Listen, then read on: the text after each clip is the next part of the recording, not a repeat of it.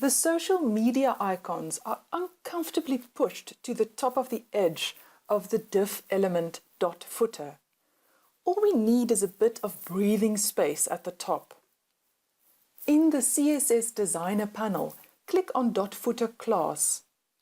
Add a new property by clicking on the plus sign. Type padding top in the Add Property field and add a value of 40 pixels.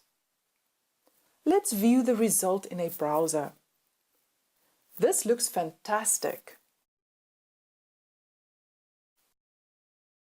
There's one last minor thing we haven't done yet, which is to provide a title to the page. I've already spoken about its importance, so I don't need to repeat it here. In the Content Sensitive Properties panel at the bottom, next to Document Title, type in the appropriate descriptive name. I'll name it Wild Vintage.